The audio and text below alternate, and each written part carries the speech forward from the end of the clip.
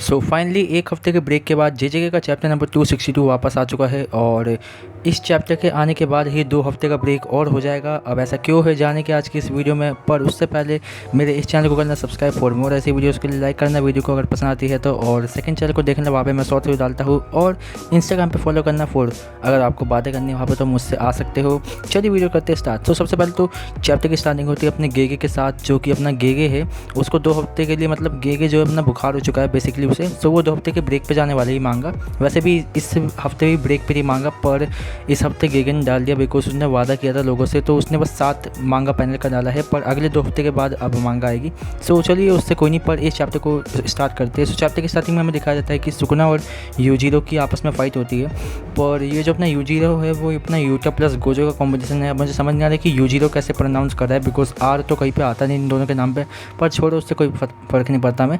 पर जो अपना सुकुना और अपना यूजीरो है वो दोनों अपना डोमेन खोलते हैं। सुकुना खोलता है मेल वैलेंटाइन और यूटा खोलता है अपना इन्फिनाइट वॉइड। पर जो अपना सुकुना होता है वो अपने जो क्या कहते हैं डोमेन है उसकी जो कर्स टेक्निक है उसको मतलब थोड़ा सा लो कर देता है, बिकॉज ऑफ उसकी जो 99 सेकेंड की जो अपनी डोमेन को खोल सकता है, वो जो एक नियम था वो उससे रिड्यूस कर सके, जिससे कि वो अपनी डोमेन को 3 मैच से ज़्यादा तक भी खोल सकता है। और ऐसा करने से वो फिर आराम से यूटा को मार देगा, उसे ऐसा लगता है। पर अपना जो यूटा होता है वो अपने डोमेन को यानी कि अपने इन्फिनाइट वॉइड को इतना ज़्यादा छोटा कर देता है कि वो एक बास्केटबॉल के साइज़ का हो जाता है, जिससे कि वो जो सुकुना के 3 मैच है उसे झेल सके। अब ऐसा उसने गोजो को देख के किया था, जहाँ पे गोजो ने जब सुकुना से फाइट की थी तब उसने भी ऐसे किया था कि उसने अपने डोमेन को एक बास्केटबॉल के साइज़ का कर दिया था ताकि वो सुकुना की डोमेन को सह सके। ऐसा ही यूटा ने भी किया है, बिकॉज यूटा ने गोजो को सामने फाइट करते हुए देखा था।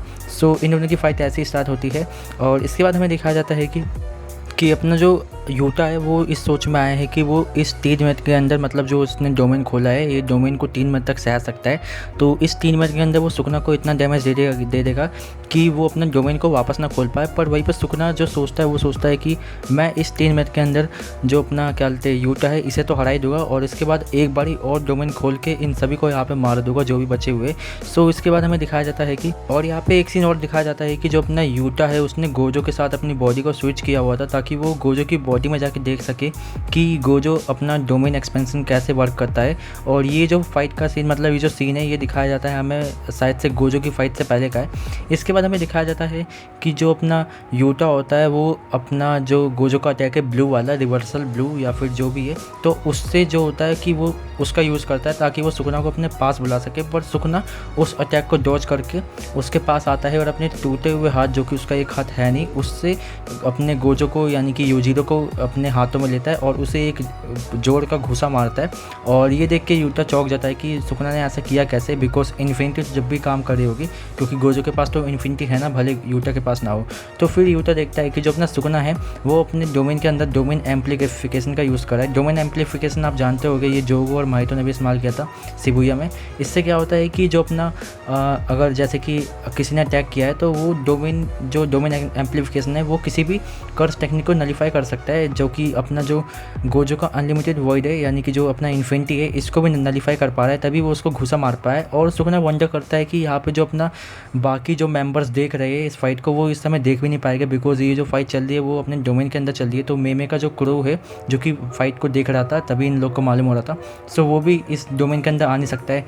इसके बाद हमें सीन दिखाया जाता है कि जो अपनी जो फुली मैनिफेस्टेड रीका है वो अपनी आ चुकी है, पर वो जो आई है वो यूटा के पास आई है। मीन्स कि ये जो यूटा की बॉडी सोको के पास है, यूटा की बॉडी ना कि सोल तो अपनी गोजो के अंदर है, पर जो यूटा की बॉडी है उसके पास रीका आ चुकी है और वो रो रही है बिकॉज उसके अंदर यूटा के सोल नहीं है, बस बॉडी रखी पड़ी है।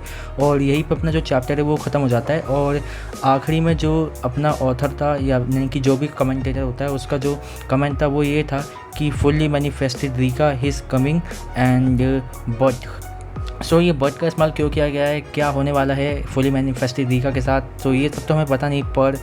पर एक बात है कि ये चैप्टर अगर पूरा होता तो कुछ पता चलता, पर ये चैप्टर कुछ ज़्यादा ही छोटा था। पर कोई नहीं, सही चैप्टर था। देखा जाए तो बेसिकली इस चैप्टर में यही हुआ है कि गोजो और सुकुना की फ़ाइट हुई, जहाँ पे सुकुना और गोजो ने डोमेन खोला, फिर यूटा ने अपना 3 मैच वाला किया कि उसने डोमेन को छोटा कर लिया, फिर सुकुना ने उसे घूसा मारा, यही सब हुआ है। मतलब सिंपल है चैप्टर तो, पर वही है कि आखिरी में जो अपना कमेंटेटर होता है, उसका कमेंट है कि fully manifested Rica is coming, but अब इसके बट का मीनिंग क्या है ये तो पता ही नहीं किसी को, पर छोड़ो, इससे क्या जाना। अगले 2 हफ्ते बाद चैप्टर आ ही जाएगा। ये चैप्टर अच्छा था, पर अगर पूरा होता तो और मज़ा आता, पर छोड़ो, अब क्या ही कर सकते। गे को बुखार है और पता नहीं गे क्या कर रहा है, सो सुकना से ठीक करा ले यार, बाइंडिंग वाव से कुछ तो करा ले।